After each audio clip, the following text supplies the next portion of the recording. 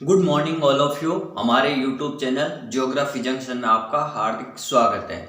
आज हम राजस्थान भूगोल की श्रृंखला को आगे बढ़ाते हुए अपन राजस्थान भूगोल में राजस्थान की जनसंख्या के बारे में अध्ययन करेंगे।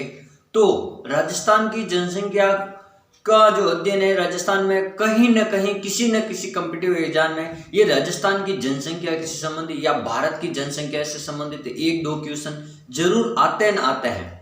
ये 100% है कि कहीं न कहीं से किसी न किसी रूप में कोई ना कोई सवाल कहीं से कहीं जनसंख्या से संबंधित आता ना आता है कि कौन सा जनघनत्व ज्यादा है, किसका जनसंख्या सर्वाधिक ज्यादा है, कहाँ पर ऐसी जनसंख्या ज्यादा है, इस प्रकार से। तो मैंने सोचा कि क्या ना अपन को राजस्थान की जनसंख्या के साथ साथ में भारत की जनसंख्या को भी तुलनात्मक रूप से पढ़ाया जाए तो इससे भी अच्छा होगा। तो अपन आज बात करते हैं सबसे पहले कि राजस्थान की जनसंख्या के साथ साथ में मैं आप सभी को भारत की जनसंख्या के बारे में भी बताऊंगा, ताकि तुलनात्मक रूप से आप इसको और अच्छे से समझ पाए कि भारत में इसकी स्थिति क्या है और राजस्थान में इसकी स्थिति क्या है। तो आज अपन सबसे पहले जनसंख्या का पार्ट 1 पढ़ने जा रहे हैं। उसमें कुछ इंपॉर्टेंट और मैं कुछ महत्वपूर्ण फैक्ट आपको बताऊंगा जिससे आपको कॉम्पिटिटिव एग्जाम में किसी न किसी रूप में आपको ये प्रश्न के रूप में देखने को मिलेंगे। तो सबसे पहले आज शुरुआत करते हैं अपन राजस्थान व भारत की जनसंख्या के दृष्टि से अपन को जो महत्वपूर्ण आंकड़े हैं उनके बारे में अपन बात करते हैं कि इस राजस्थान में भारत लेवल पर यह जनसंख्या सबसे पहले कब हुई और किसके काल में हुई, या ये कौन सी जनसंख्या है, या स्वतंत्रता के बाद कौन सी जनसंख्या। कई सारे सवालों के साथ आज हम वापस इस जनसंख्या के आंकड़े के साथ अपन शुरुआत करते हैं कि राजस्थान और भारत की जनसंख्या। तो सबसे पहले अपन बात करते हैं कि जो ये जनसंख्या है, जो जनगणना है, इस जनगणना ये कौन सी सूची का विषय है। यानी अपन कह सकते हैं कि जो 3 अनुसूचियां होती है, केंद्र सूची, संघ सूची, केंद्र सूची, राज्य सूची और समवर्ती। तो ये जनगणना है या जो जनसंख्या की जो जनगणना है, ये है आपके संघ सूची का विषय है। किस सूची का विषय है? जो जनसंख्या है, संघ सूची या केंद्र सूची का विषय है। अपन बात करते हैं जो इसके जो जनगणना है, इसका कार्य कौन करता है, जनगणना कौन करवाता है, यानी कौन सा विभाग है जो जनगणना करवाने का कार्य करता है। तो सबसे पहले अपन बात करते हैं गृह विभाग है। गृह विभाग है जो जनगणना, गृह विभाग का एक निदेशालय है जनगणना निदेशालय। गृह विभाग का एक निदेशालय है जनगणना निदेशालय, जो जनगणना करवाने का कार्य करता है। यानी किस विभाग के अंतर्गत आता है? गृह मंत्रालय, यहाँ अपन कह सकते हैं गृह विभाग, और उसका एक निदेशालय है जनगणना निदेशालय जो जनसंख्या के आंकड़े एकत्रित करवाता है।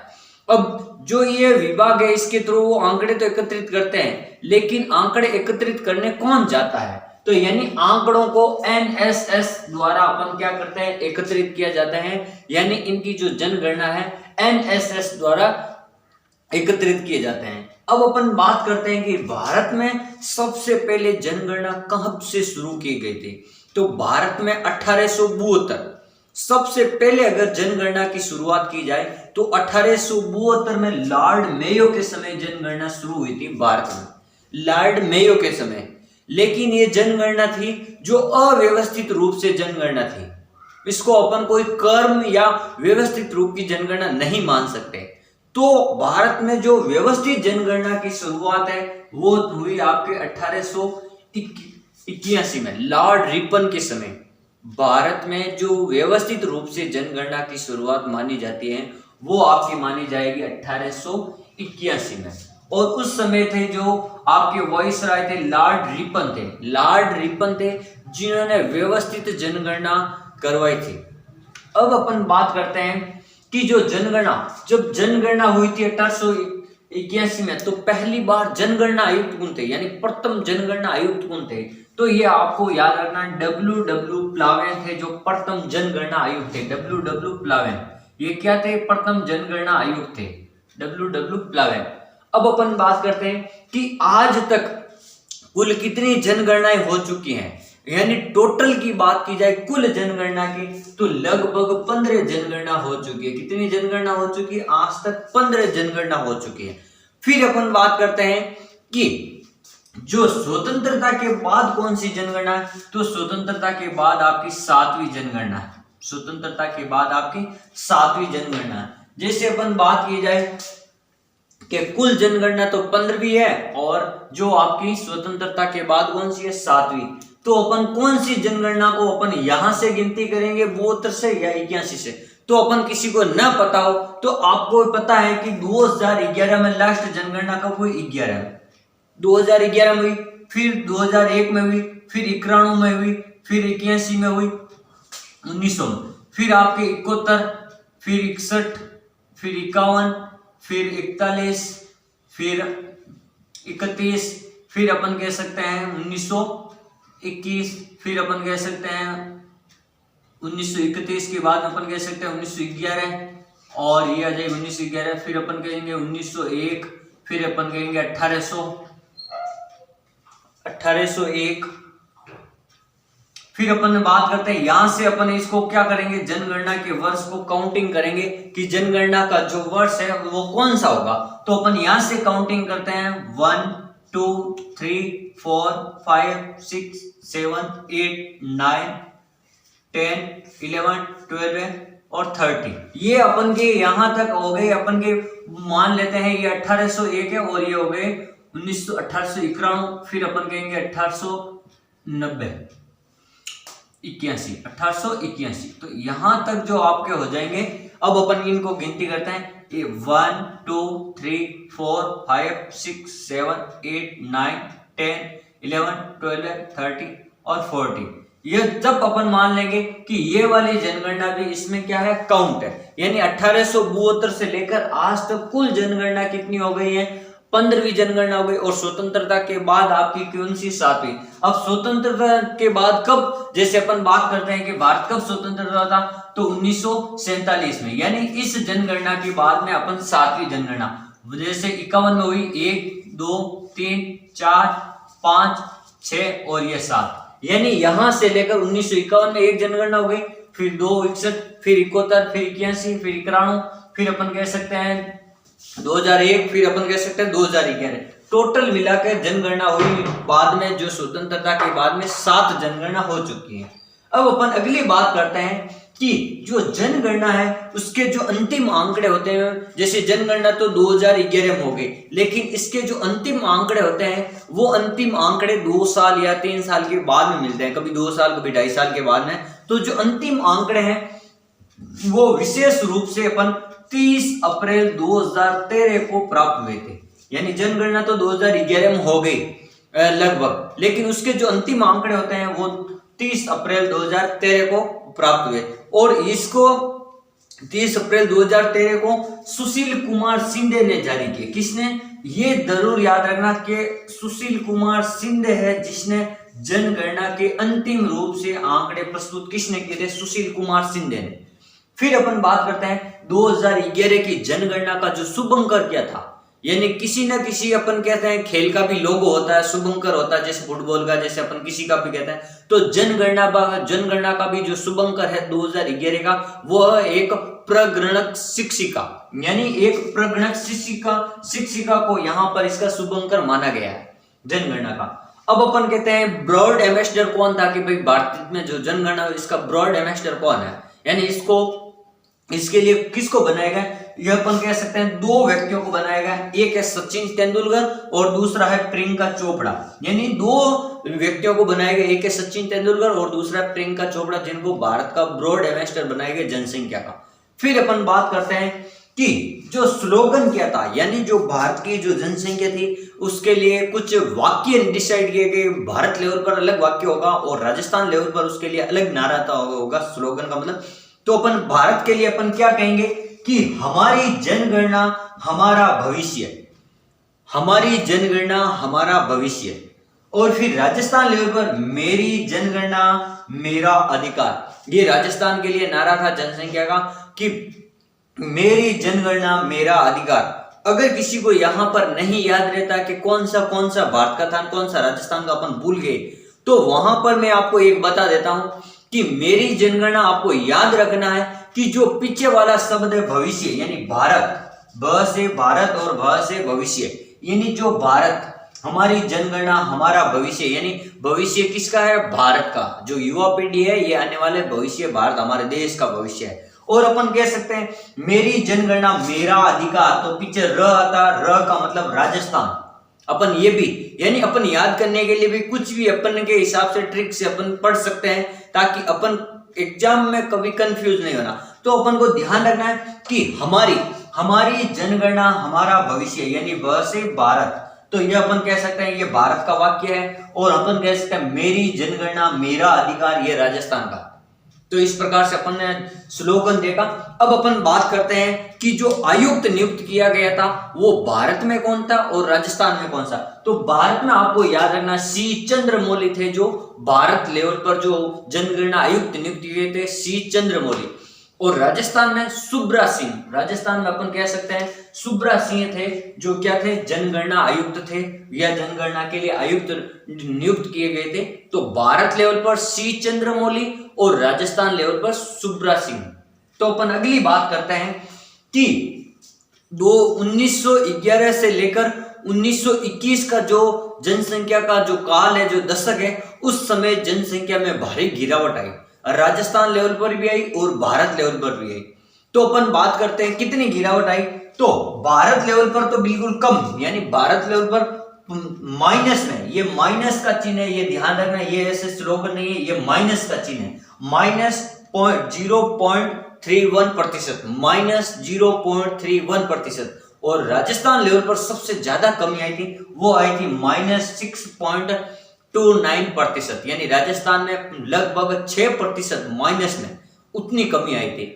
अब ये कमी आने का क्या कारण था कि 1911 से 21 के दशक में, इस दशक को अपन जनसंख्या में गिरावट या जनसंख्या का महान विभाजक वर्ष कहा जाता है भारत में। क्यों? क्योंकि 1911 से लेकर 2021 के बीच में एक सबसे बड़ा कारण था महामारी, यानी प्लेग रोग फैल गया था। तो लोगों की जो जनसंख्या है उसमें कमी होने लगी, लोगों की मृत्यु होने लगी अधिक से अधिक। दूसरा कारण उस समय अकाल पड़ गया था, यानी अकाल पड़ने के कारण लोगों को भूख प्यास से मरने लगे थे। और तीसरा कारण बता देते हैं कि जो सबसे महत्वपूर्ण कारण है कि अपन कहते हैं कि जो प्रथम विश्व युद्ध हुआ तो विश्व लेवल की जनसंख्या में कमी आई, भारत लेवल की जनसंख्या में भी कमी आई। जो प्रथम विश्व युद्ध 1914 से लेकर 1919 तक हुआ था, उस समय तो 3 बड़े कारण बता सकते हैं। प्रथम विश्व युद्ध, प्लेग जैसी महामारी फैलना, प्लेग यानी जो चूहे के काटने से बीमारी होती है वो, और तीसरा कारण है कि अपन बात करते हैं कि अकाल, यानी प्रथम विश्व युद्ध, अकाल और प्लेग जैसी महामारी फैलने के कारण इसको महान विभाजक दशक कहा गया, यानी इस 10 सालों को महान विभाजक दशक कहा गया। फिर अपन बात करते हैं भारत लेवल पर 1951 से लेकर 61 के बीच में, 1951 से लेकर 1961 के दशक को छलांग दशक कहा गया, यानी इतना बड़ा जंप लगा दिया जनसंख्या ने, क्योंकि इस समय इन दशक के समय जनसंख्या वृद्धि दर क्या हो गई? बढ़ गई थी। जनसंख्या वृद्धि दर में इतनी ज्यादा बढ़ोतरी हुई कि यहाँ पर इनको कह दिया गया कि छलांग वर्ष। क्या हुआ था कि जो जनसंख्या की वृद्धि दर है वो चल रही थी 13.31 से सीधा वो आ गई 21.64% अगले 10 सालों में। एक साथ में लगभग 7-8% की जनसंख्या लगभग बढ़ गई, 8% की वृद्धि हो गई। तो इसलिए इसको कहते हैं छलांग दशक। और अपन बात करते हैं वर्तमान में हर छठा व्यक्ति भारतीय है, हर छठा व्यक्ति विश्व में कौन सा है? भारतीय है, हर छठा व्यक्ति। यानी अगर भारत में विश्व लेवल की जनसंख्या की बात की जाए तो हर 6 व्यक्तियों में 1 व्यक्ति भारत का मिलेगा, क्योंकि अपन के भारत की जनसंख्या वृद्धि दर सबसे ज्यादा है। और अभी अपन बात करते हैं तो प्रति वर्ष जितनी ऑस्ट्रेलिया की जनसंख्या है उतनी प्रति वर्ष भारत की जनसंख्या में वृद्धि हो जाती है, यानी प्रति वर्ष 1 ऑस्ट्रेलिया जितनी अपन जनसंख्या भारत में पैदा हो जाती है। फिर अपन अगली बात करते हैं कि भारत विश्व में जनसंख्या की दृष्टि से भारत विश्व में कितना स्थान है? दूसरा स्थान है। चीन है, पहला स्थान चीन है और चीन के बाद में भारत है, दूसरा स्थान भारत का है। अगर विश्व के कुल जनसंख्या की अगर प्रतिशत की बात की जाए तो लगभग भारत में 17.5% जनसंख्या भारत में पाई जाती है, यानी विश्व की 100% जनसंख्या उसमें से 17.5% जनसंख्या भारत में पाई जाती है और दूसरा स्थान रखता है सर्वाधिक जनसंख्या में चीन के बाद। फिर बात की जाए भारत की, क्षेत्रफल की दृष्टि से भारत है 7वां बड़ा देश है विश्व का। क्षेत्रफल की दृष्टि से भारत विश्व का 7वां बड़ा देश है। तो 7 इससे बड़े कौन कौन से देश है? देखो, एक हो गया रूस पहले नंबर, दूसरा कनाडा, तीसरा चीन, चौथा अमेरिका, पांचवा ब्राजील, छठा ऑस्ट्रेलिया और 7वां भारत।